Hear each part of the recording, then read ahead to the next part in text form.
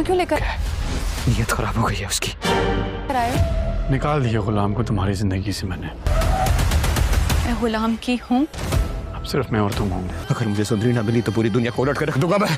और मुझे गुलाम की गुलामी से मोहब्बत है। मेरी जान ही क्यों न लेनी पड़े, सुंदरी को हर हाल में वापस लेके आऊंगा मैं। नहीं होने दूंगा, चाहे मुझे तुम्हारी, चाहे मेरी जान चली जाए या मुझे किसी की जान लेनी पड़े। जैसा कि गुज़श्ता किस्त में गुलाम बादशाह की कैद में से सुंदरी को छुड़वाने आया था और वहाँ पर बादशाह भी पहुँच गया था। अब बादशाह सुंदरी को वहाँ से लेकर फरार हो जाएगा।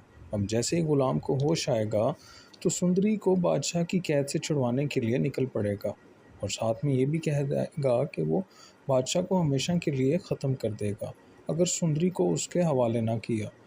दूसरी तरफ बादशाह सुंदरी से कह रहा है कि उसने गुलाम को सुंदरी की ज़िंदगी से हमेशा के लिए निकाल दिया है, अब वो कहीं भी बाकी नहीं है।